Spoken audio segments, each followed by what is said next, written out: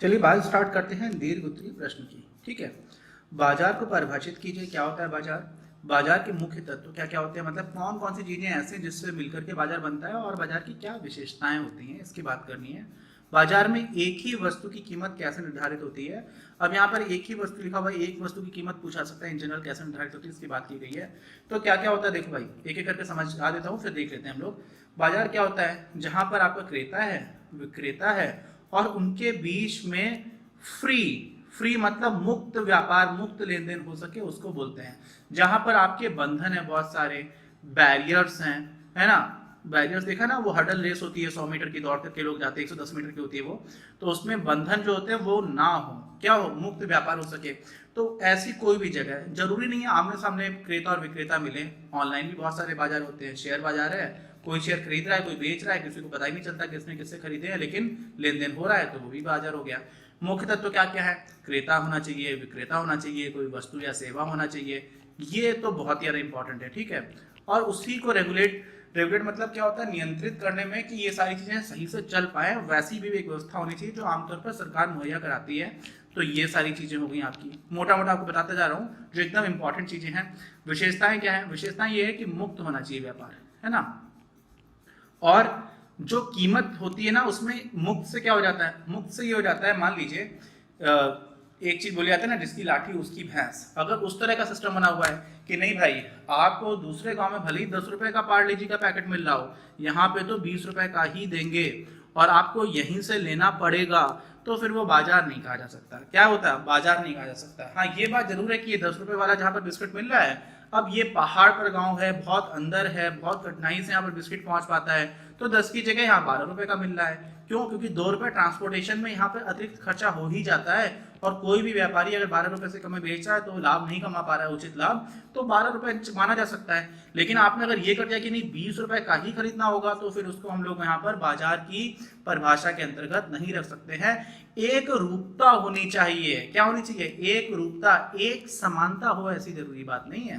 कुछ लोग समानता और एक रूपता में अंतर नहीं समझते हैं। एक रूपता का मतलब सिमिलर हो, एक जैसा हो, एग्जैक्टली एक जैसा हो, ऐसी कोई बात नहीं होती। ठीक, तो अब इसको देखते हैं कि आगे किस तरह से बात की जाती है। साधारण बोलचाल की भाषा में बाजार शब्द से अभिप्राय किसी ऐसे स्थान विशेष से है जहां किसी वस्तु या वस्तुओं के क्रेता व विक्रेता एकत्र होते हैं तथा वस्तुओं का क्रय विक्रय करते हैं। सीधी सी बात है ना, आम बोलचाल में तो यही होता है। अब अर्थशास्त्र में क्या कर देते हैं? बाजार शब्द से अभिप्राय उस समस्त क्षेत्र से है जहां तक किसी वस्तु के क्रेता व विक्रेता फैले होते हैं। ठीक, अच्छा, तथा उनमें स्वतंत्र प्रतियोगिता होती है जिसके कारण वस्तु के मूल्यों में एक रूपता की प्रवृत्ति पाई जाती है। ठीक है, अच्छा, अब जैसे मान लीजिए कोई भी चीज है, जैसे अभी हम लोग इकोनॉमिक्स की बात कर रहे हैं, और मान लीजिए इकोनॉमिक्स में हम लोगों ने अपना पैकेज को सेल करना स्टार्ट किया। ठीक, हमारे इकोनॉमिक्स का जो भी पैकेज है उसमें हम लोग 2100 रुपए में करीब करीब 200 से ज्यादा वीडियोस देते हैं, जिसमें वेस्टी और समष्टि को पूरा कंप्लीट किया गया है, बहुत ही ज्यादा डिटेल में अच्छे से। साथ ही आपको रिटन मटेरियल मिल जाता है जिसमें भी बहुत सारी चीजें हैं, कहीं और जाने की आवश्यकता नहीं। अब बोला जाए इसका मार्केट क्या है, तो इसका वो सारा मार्केट है जहां पर भी लोग हिंदी माध्यम में कक्षा 11 और 12 की इकोनॉमिक्स की पढ़ाई कर रहे हैं, या फिर हिंदी माध्यम से कक्षा 11 और 12 की इकोनॉमिक्स का काम आ रहा है उनके कंपटीशन एग्जाम्स में भी, तो वो सारे लोग मिला करके हमारा मार्केट बोला जा सकता है। ठीक, अच्छा, और उनमें स्वतंत्र प्रतियोगिता होती है, और भी लोग होंगे जो इस तरह का काम कर रहे होंगे, तो स्वतंत्र प्रतियोगिता से क्या हो जाएगी? जो प्राइसिंग है, जो कीमत है, उनमें एक रूपता रहेगी। ऐसा नहीं हो जाएगा कि कोई एक चीज 1 लाख रुपए की बेच रहा है और वही चीज बगल में 10 रुपए की मिल रही है। ऐसा इस तरह की चीजें नहीं होंगी। थोड़ा बहुत ऊपर नीचे का अंतर चलता है। क्यों अंतर क्यों चलता है? क्योंकि सारी वस्तुएं, सारी सेवाएं, सारा प्रोडक्ट एक जैसा नहीं होता। ठीक है, पूर्ण प्रतिस्पर्धी बाजार में जैसा हुआ करता था, लेकिन आमतौर पर बाजार में एक ही जैसा नहीं होता, प्रोडक्ट डिफरेंशिएशन होता है, और इसी वजह से कीमत में थोड़ा परिवर्तन रहेगा। एक रूपता होगी, समानता होना आवश्यक नहीं है। मुख्य तत्व क्या क्या हो जाते हैं? कोई क्षेत्र है, ठीक, उस समस्त क्षेत्र से जिसमें क्रेता विक्रेता फैले रहते हैं। ठीक है, मान लीजिए कोई कानपुर में किसी की मिठाई की दुकान है, तो उसके आसपास का क्षेत्र जो हो गया वो उसका बाजार क्षेत्र आ गया। वस्तु होना चाहिए या सेवा होनी चाहिए? ठीक है, वस्तु का होना भी आवश्यक है, नॉट नेसेसरली वस्तु, यहाँ पे वस्तु अथवा सेवा होना चाहिए। ठीक है, ये थोड़ा सा इसको ठीक कर लीजिएगा। ठीक, अच्छा। प्रत्येक वस्तु का बाजार अलग अलग भी माना जाता है, जैसे कपड़ा बाजार है, नमक बाजार है, सराफा बाजार है, किराना बाजार है, की बाजार है, ऐसे ही बोला जा सकता है। अर्थशास्त्र में बाजार की संख्या वस्तुओं के प्रकार तथा किस्मों पर निर्भर कर सकती है। सीधी सी बात है, अलग अलग तरह के बाजार से भी हम लोग देखना स्टार्ट कर देते हैं कि मेन कौन सी सर्विस या मेन कौन सी वस्तु का क्रय विक्रय हो रहा है। क्रेताओं और विक्रेताओं का होना, ये नहीं होंगे तो खरीदेगा बेचेगा कौन, है ना। और स्वतंत्र व पूर्ण प्रतियोगिता, स्वतंत्र का मतलब है कि अननेसेसरी बैरियर्स ना हो, क्या ना हो, बंधन ना हो। बाजार में क्रेता और विक्रेताओं में स्वतंत्र व पूर्ण प्रतियोगिता होनी चाहिए, जिससे कि वस्तु की कीमत में संपूर्ण बाजार में एक रूपता बनी रहे। एक रूपता की यहाँ पर बात है। अब कभी कभी कुछ लोगों ने, कुछ ऑथर्स ने, कुछ राइटर्स ने, कुछ अर्थशास्त्रियों ने एक कीमत की बात भी की है, जो वास्तव में पूरी तरह से ठीक नहीं है, लेकिन कुछ जगह पर लिखा होता है। कभी आपको ऑब्जेक्टिव टाइप क्वेश्चंस में आ जाए तो आप उसको सही मानकर चले आना, क्योंकि कुछ लोग इस तरह की बात भी करते हैं। एक कीमत हम तब मान सकते हैं जब कोई ट्रांसपोर्टेशन कॉस्ट ना हो, अलग अलग तरह का किसी भी तरह का कोई बंधन नहीं है, कोई ट्रांसपोर्टेशन कॉस्ट है नहीं। अब जबकि ट्रांसपोर्टेशन कॉस्ट कैसे नहीं होगी भाई, आप एक गांव से दूसरे गांव में सामान ले जाओगे तो ट्रांसपोर्टेशन कॉस्ट तो होगी। लेकिन अगर नहीं मानते हैं तो फिर हम ऐसा बोल सकते हैं कि बाजार की एक आवश्यक विशेषता यह भी है कि बाजार में किसी वस्तु की एक समय में एक ही कीमत हो, है ना। कोई व्यापारी किसी वस्तु की एक ही समय भिन्न भिन्न कीमतें मांगता है तो क्रेता उससे माल नहीं खरीदेंगे, है ना। तो आमतौर पर ऐसा हो जाता है, लेकिन रियलिटी यह है कि थोड़ा बहुत कीमत में डिफरेंस चलता है, एक रूपता होती है, एक समानता नहीं होती है। फिर बाजार का पूर्ण ज्ञान, ये बात हमेशा ठीक नहीं है। ये बात ठीक तब होती है जब हम लोग पूर्ण प्रतिस्पर्धी बाजार की मुख्य रूप से बात कर रहे होते हैं। बाकी बाजारों में भी ऐसा हो जाता है। इसमें क्या होता है, मतलब वस्तु का एक ही मूल्य हो, इसके लिए क्रेता और विक्रेता दोनों को ही बाजार का पूर्ण ज्ञान होना चाहिए। अगर मान लीजिए मुझे पता ही नहीं है कि मेरे बगल में 10 रुपए की जो चीज मिल रही है वास्तव में वो 2 रुपए की मिलती है, तो मुझे ज्ञान ही नहीं है पूरे बाजार का, तो मैं तो 10 रुपए में खरीदता रहूंगा और कोई 2 रुपए में भी खरीदता जाएगा, तो क्या एक जैसा प्राइस हुआ, नहीं हुआ।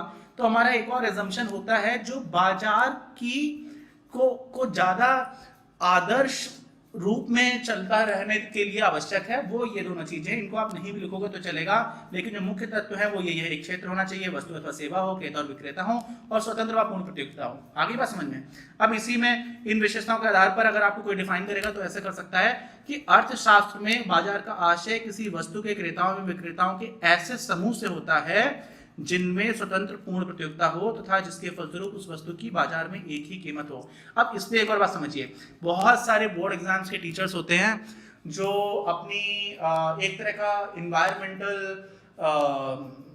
मानसिकता उनकी बन जाती है, साइकोलॉजी बन जाती है, जिसमें वो कुछ चीजों से ऊपर नहीं उठ पाते, जिसमें उनको उठ जाना चाहिए वास्तविकता को देखते हुए।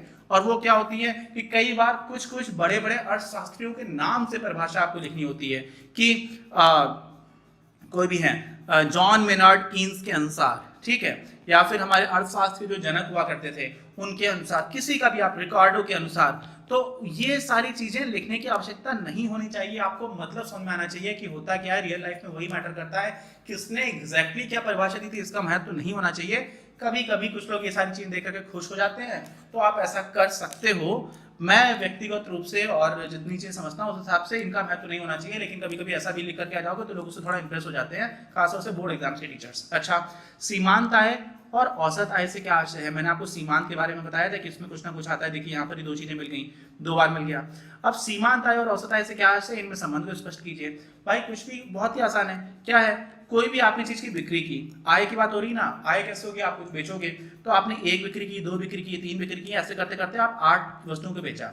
अच्छा, प्रति इकाई कीमत कितनी है, पहले 17 रुपए थी, फिर 16 रुपए थी। ये आप अपने हिसाब से मान सकते हो। वस्तुओं की इकाइयां तो आप 1 से बढ़ाते हुए लिखो, 1 2 3 4 5 6 7 8 तक लिखना जरूरी नहीं है, 5 तक से भी काम चला सकते हो। कितना टाइम बचता है उसको देखते हुए करिएगा ये सारी चीजें, ठीक। अच्छा, आप ऐसे टेबल बना देते हो ना, तो जो एग्जामिनर है वो क्या करता है, वो ये सारी चीजें देख करके एकदम से खुश हो जाता है कि हाँ बच्चा जो है समझदार है और हमें आसानी से दिखा पा रहा है कि उसको आता है। भाई एग्जामिनर आपसे मिला तो है नहीं, ना कभी मिलेगा, वो तो आपने जो कॉपी में लिखा है उसको देख करके मार्क्स देगा।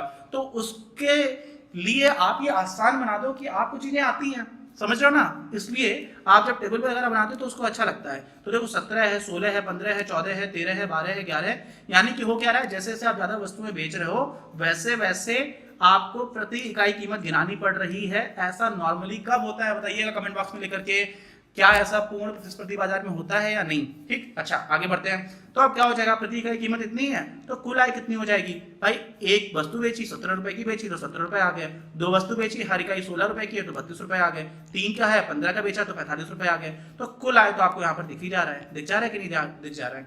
अब कुल आय में कितनी वस्तुएं बेची गई हैं उसी से आप भाग दे दो, यानी कि 17 में आप 1 से भाग दे दोगे तो 17 मिलेगा, ये आपकी औसत आय हो जाएगी। 32 में आप 2 से भाग दे दोगे तो आपको 16 मिल जाएगा, ये आपकी औसत आय हो जाएगी। 15 से जब गुणा किया तो 45 आया था, 45 में आप 3 से भाग दे दोगे तो 15 फिर से आ जाएगा, ये आपकी औसत आय हो जाएगी। अब जो लोग थोड़े समझदार हैं उनको कुछ दिख रहा होगा, जिसकी बात हम लोग ऑलरेडी कई बार कर चुके हैं, यहाँ पे उनको ये दिख रहा होगा कि सर यहाँ पे तो जो प्रति इकाई कीमत है, यानी कि वास्तव में जो हमारा प्राइस है वो औसत आय के बराबर हो जा रहा है, और ये प्राइस कब आ रहा है, किसी अलग अलग इकाइयों पर आ रहा है, तो वास्तव में ये आपका डिमांड कर्व हो जाता है, ये मांग वक्र हो जाता है, इसकी बात की थी, और ये होता है आपका एवरेज रेवेन्यू। तो AR और D हमेशा ही बराबर हो जाते हैं, इसको हम लोगों ने देखा था जब हम लोगों ने अलग अलग बाजारों को पढ़ा था। अच्छा, तो यहां से आपको औसत आय तुरंत समझ में आ जा रही है। अच्छा ठीक है, अब क्या हुआ, औसत आय आपकी निकलती चली आई, जितना आपकी कीमत है उतना ही आपकी औसत आय निकल करके आ रही है। लेकिन सीमांत आय, मार्जिनल रेवेन्यू, मार्जिनल रेवेन्यू क्या होता है, अगली इकाई के लिए आपने कितना मुनाफा कमाया, कितना पैसे कमाए, मुनाफे की बात नहीं, प्रॉफिट की बात नहीं, रेवेन्यू की बात यहाँ पे कर रहे हैं, ठीक है, माफ करिएगा, वो थोड़ा सा कभी कभी मुनाफे में और बिक्री में हम लोग कभी कभी एक साथ उसको इंटरचेंज करके बोल देते हैं। अर्थशास्त्र के विद्यार्थी और अर्थशास्त्र के विद्यार्थी को एक वजह से हम लोग इस तरह की गलतियां नहीं करनी चाहिए। खैर आगे बढ़ते हैं। तो आपने एक बेचा था तो कितना रुपए आपको मिल रहा था, 17 मिल रहा था। दो बेचा था आपको कितना मिला, 32। तो दूसरा बेचने पर जो आपको एडिशनल पैसा मिला वो कितना मिला, 32 से 17 को घटा दिया 15। तो ये जो 15 है ये आपका हो जाएगा MR2, ये आपका 17 वाला था MR1 जब आपने पहली वस्तु बेची। जब दूसरी वस्तु बेची तो आपको कितना सीमांत आय मिली, वो 15 रुपए का हो गया। यहाँ पर तीसरा जब आपने बेचा तो 15 रुपए आ गया आपका, क्यों, क्योंकि ऑलरेडी 32 आपको मिल ही चुके थे, 3 मिला के 45 आ रहा है, तो 45 में से 32 घटाओगे तो 13 है। तो यहाँ पर आपको क्या दिख रहा है, यहाँ पर ये दिख रहा है कि यार वास्तव में हमारे केस में औसत आय भी तो घट रही है, 17 है, फिर 16 है, फिर 15 है, फिर 14 है, घटती जा रही है। लेकिन हमारी सीमांत आय तो बहुत तेजी से घट रही है, 17 है, फिर 15 हो गई, फिर सीधे 2 यहाँ पर घट गई 13, फिर 13 से 11 आ गई, फिर 9 आ गई, फिर 7 आ गई, फिर 5 में 3। तो यहाँ पर हमें एक और चीज समझ में आती है कि अगर कुछ ग्राफ बनेगा तो कुछ इस टाइप का ग्राफ बनेगा, जो ये है, ये क्या है, ये आपका औसत रेवेन्यू यानी कि संप्राप्ति का वक्र है, डिमांड कर्व इसको बोल सकते हैं। और उससे भी तेजी से घट रहा था आपको कौन सा, MR यानी कि सीमांत संप्राप्ति। और ये आपका कुल आय वक्र है, ये कुछ ऐसा चला जाता है। इसमें क्या होता है कि बढ़ तो रहा है लेकिन बढ़ने की दर लगातार क्या होती जा रही है, कम होती जा रही है, फिर एक लेवल पर रुक जाएगी, फिर घटना स्टार्ट हो जाएगी। वो घटना तब स्टार्ट हो जाएगी जब आपकी सीमांत संप्राप्ति नकारात्मक हो चुकी होगी। ये सारी बात भी हम लोगों ने बहुत ही डिटेल में अपने लेक्चर वीडियोस में की हुई है, आपको वहां पर देखेंगे तो आपको कोई समस्या नहीं आएगी। जिन्होंने ऑलरेडी देखा हुआ है उन लोगों को ये सब लग रहा होगा कि खेल चल रहा है। अच्छा, क्या क्या लिखा हुआ देख लेते हैं। औसत आय उत्पादन की निश्चित मात्रा की बिक्री की प्रति इकाई आय है, प्रति इकाई आय है, समझ है ना। कुल आय कितनी आई, वस्तुओं की कितनी मात्रा बेची गई, बस उसी से भाग दोगे तो आपको क्या मिल जाएगा, औसत आय मिल जाएगा। आगे बात समझ में। अच्छा, सीमांत आय क्या है, अंतिम इकाई की बिक्री से प्राप्त होने वाली आय, बस इतना सही महत्व है। फिर क्या, किसी वस्तु की अधिक अथवा एक कम इकाई बेचने से कुल आय में जो वृद्धि अथवा कमी होती है वह उस वस्तु से प्राप्त होने वाली सीमांत आय कहलाती है। यहाँ पे है नहीं होना चाहिए, है होना चाहिए। बहुत सारे लोग हैं और है में गलतियां करते हैं, लेकिन हमारी पीडीएफ में भी गलती निकल आई। अच्छा, आगे बढ़ते हैं। अब इसका जो संबंध है वो हम लोग देख ही चुके थे ऑलरेडी। अब क्या हुआ, तालिका से क्या स्पष्ट है, वही जो स्पष्ट था कि जैसे जैसे वस्तु की अधिकाधिक इकाइयां बेची जाती हैं वैसे वैसे अतिरिक्त इकाइयों की कीमत कम करनी पड़ती है, क्योंकि तभी ग्राहकों को अपनी ओर आकर्षित किया जा सकता है। ये हम कब मान रहे हैं, ये मान ले रहे हैं कि हमारे जो डिमांड कर्व है यानी कि मांग वक्र है वो कुछ इस टाइप का है। नॉर्मली ऐसा होता ही है ना। हमारा जो लॉ ऑफ डिमांड है, मांग का नियम, वो भी ये बताता है कि जैसे जैसे आप प्राइसेस को कम करते जाओगे वैसे वैसे डिमांड आपकी बढ़ती चली जाएगी, क्वांटिटी डिमांडेड। ऐसी स्थिति में वस्तुओं की कीमत घट जाने से सीमांत आय और औसत आय घटती जाती हैं, लेकिन जो सीमांत आय है वो औसत आय की अपेक्षा ज्यादा तेजी से घटती है। ठीक, ये उसका स्पष्टीकरण भी हो जाता है रेखा से। अच्छा,